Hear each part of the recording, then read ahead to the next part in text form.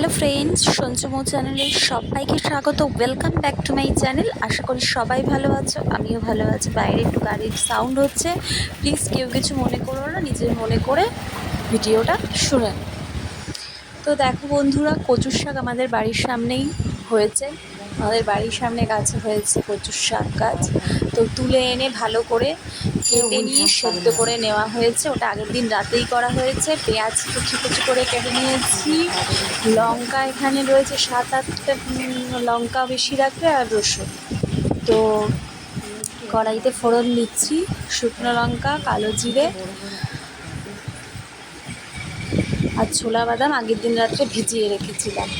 তো দেখো, রসুনগুলোকে আস্তে আস্তে থেতো করে নিয়ে দিয়ে দেওয়া হচ্ছে। রসুনগুলোকে থেতো করে নেবে, গোটা রসুনগুলো কাটবে, তো ভীষণ থেতো করে নিয়ে তারপর দিয়ে দেবো।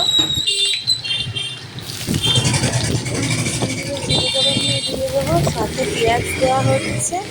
প্রচণ্ড গাড়ির আওয়াজ হচ্ছে, শুনতেই পাচ্ছ সবাই। তো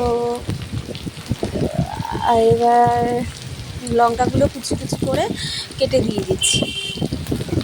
তোমরা চাইলে বটি দিয়েও কেটে নিতে পারো, আমরা কাঁচি ইউজ করি। রান্নাঘরে একটা কাঁচি রাখা আছে, যেটা দিয়ে লঙ্কা কাটার কাজে লাগে।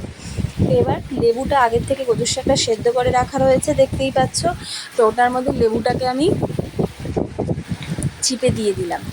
এবার ছোলা বাদাম আগের দিন রাত্রে ভিজিয়ে রাখা হয়েছিল, সেই ছোলা বাদামটা দেওয়া হচ্ছে। সেই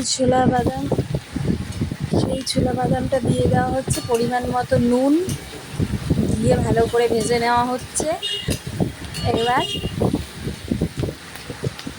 হলুদ দিয়ে দিলাম, একটু স্লাইট লঙ্কার গুঁড়োও দিয়েছি। তো সব দিয়ে জিরে ধনে গুঁড়ো 1 চামচ দিয়ে ভালো করে নাড়িয়ে নিচ্ছি, ভাজা ভাজা হয়ে আসবে।